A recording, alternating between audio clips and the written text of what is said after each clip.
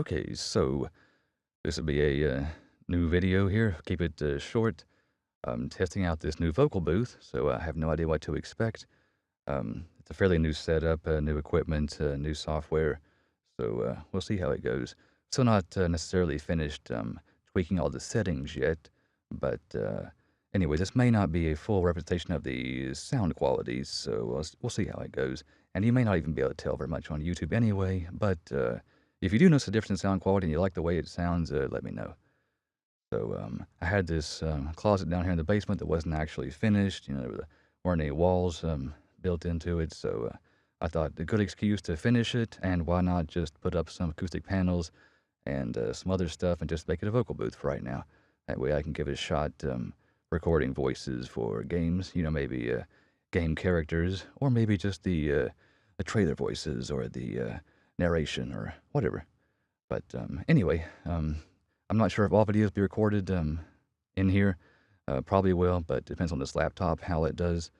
But for this video, there won't be any gameplay footage. I'm just going to talk about a few things really quick, and then in a few days here, I'll post an update showing some new stuff.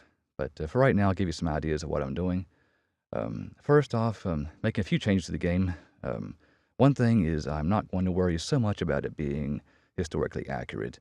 I feel like trying to be so adamant about getting the costumes correct and everything and exactly in that time period that it is slowing things down and doesn't give me as much freedom as I would like.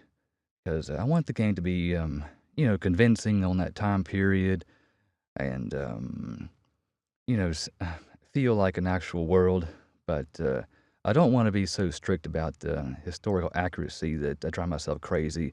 And there'll always be something that's wrong. I mean, it's going to be a fake environment, fake buildings.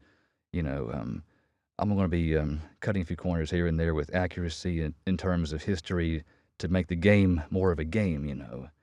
So it'll never be truly historically accurate anyway, so I'm not going to worry about it too much. So I'm going to take a few changes. It won't be too much different, but I'm going to be a little bit more free with my costume designs and all that kind of stuff. And I'm going to work more on testing out more units, more like a strategy game and less like a party-based game. So maybe you control 30 units, maybe you control 50. It's hard to say, but the plan is to make it similar to Company of Heroes. You know, if you played that game, you capture points, and then you create units, and they guard the points. And based on the ideas I've had for this game so far, that seems like a pretty good fit for the game. I'll have a few bases set up here and there, different types of structures, like a fallen down castle, a broken house. You know, the whole scenery's gonna be destroyed by war anyway, so everything's gonna be broken and destroyed. And the goal would be to go around and find a location that you can defend, you know, something with a little bit of defenses to it, some sort of natural defenses like a wall or a place where you can put an archer up where he can't be hit as easily or, you know, whatever. So the goal for right now is going to be sort of like that. You know, you get a base camp, maybe you upgrade it with a blacksmith station, but you want to actually be building the buildings like Age of Empires. It'll be more like Company of Heroes where you control points. And I think it'll be pretty fun. I mean, it's some of the exactly the same ideas I had before, just a little bit different way of handling it. And I'm also going to switch the terrain up a little bit, make it more like a grassy setup rather than the snow, because I wanted to have landmarks and roads, make it look more convincing. Like, here's a house over here, you know, and there's a little path going to it, and you can see it, and there may be a fence up. And it's difficult to make roads and different kinds of scenery when it's snowing because everything looks the same.